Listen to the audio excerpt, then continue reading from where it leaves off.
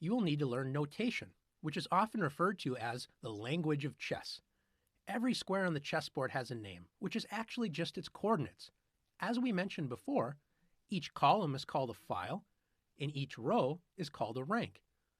Every file in chess is given a letter, starting with the letter A on the left side of the board and going all the way to the letter H on the right.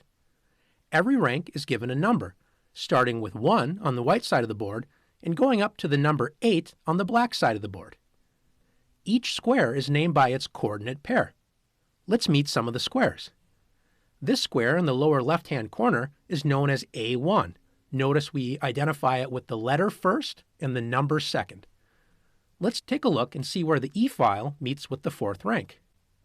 Notice the arrows point at E4, so this square is known as E4.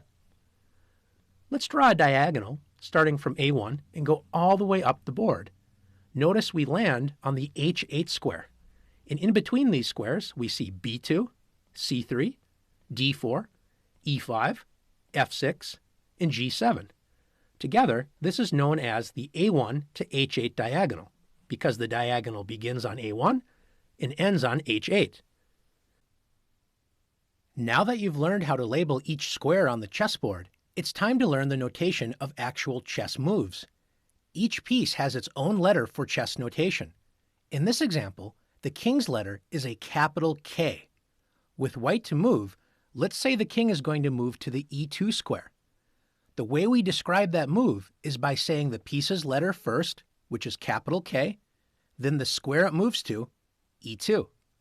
Remember, a piece always begins with a capital letter, and the square is always lowercase. So after the move, king E2, putting it all together, we say K, E2. Let's say black wants to play king to D7. In this case, it's the same idea.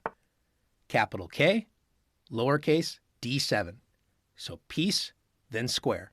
K, D7. We will use the same idea for all the other pieces.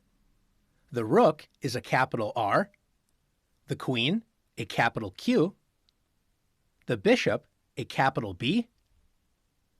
The knight, however, is a little bit different.